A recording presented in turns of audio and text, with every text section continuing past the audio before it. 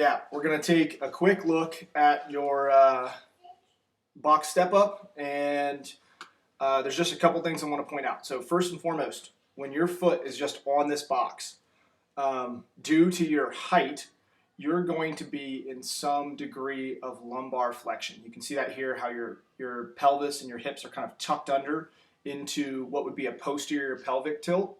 And you can see, I mean, you're essentially at full or even potentially lower than squat depth to get your knee up here. So one of the things that's going to happen as a result of this is your lumbar erectors and your psoas, which runs from the front into the inside of your spine here, is just going to be turned on the whole time. And that's going to create a feeling of your back being on fire.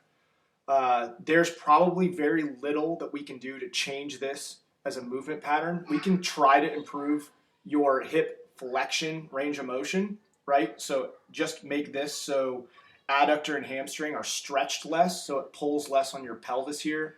But the reality is there's not much we can do. We can't make you taller, and we can't shrink the box.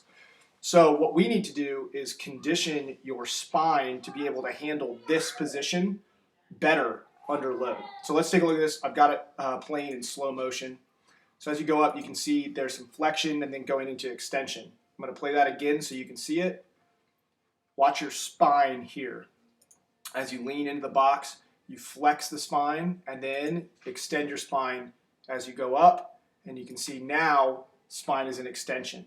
And it's that where you pass between flexion, there's your flexion, into extension there. It's that movement in your back that's creating the fatigue in your spine.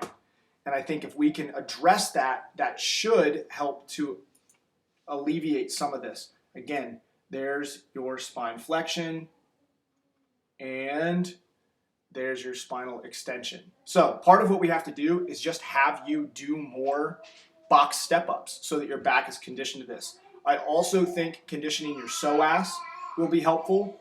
And I also think that doing things like Jefferson deadlifts or Jefferson curls that take you from a flexed spine into an extended spine will be helpful. So let's take a look at your lunge real quick. I need to see from the side.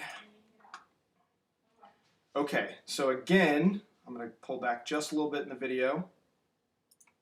So here, you're in a neutral spine, right? Maybe even slight flexion. And let's take a look at hip position here.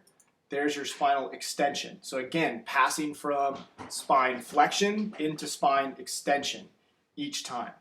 And that, again, is what's going to cause the lower back fatigue with this movement. Anytime you're passing from flexion to extension, we're going to just watch this here. So here we go, flexion, flexion, flexion. Now extension, extension, extension. That is what's causing your lower back to fatigue and to burn. It's a combination of lumbar erectors getting taxed, psoas getting taxed.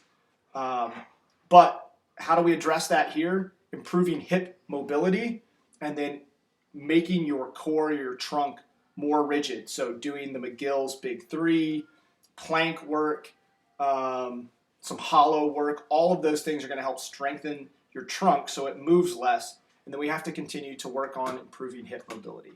That's my take.